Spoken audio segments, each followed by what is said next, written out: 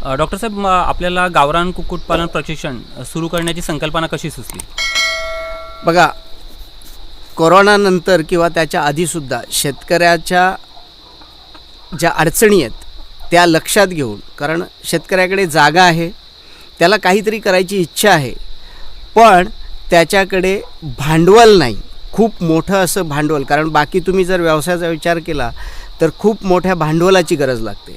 कुक्कुटपालन हा एक असा व्यवसाय आहे की तुम्ही कमीत कमी भांडवलामध्ये हा व्यवसाय करू शकता. आणि या व्यवसायाची एक स्पेशालिटी अशी आहे की तुम्ही कमीत कमी भांडवलामध्ये जास्तीत जास्त उत्पन्न मिळवू शकता.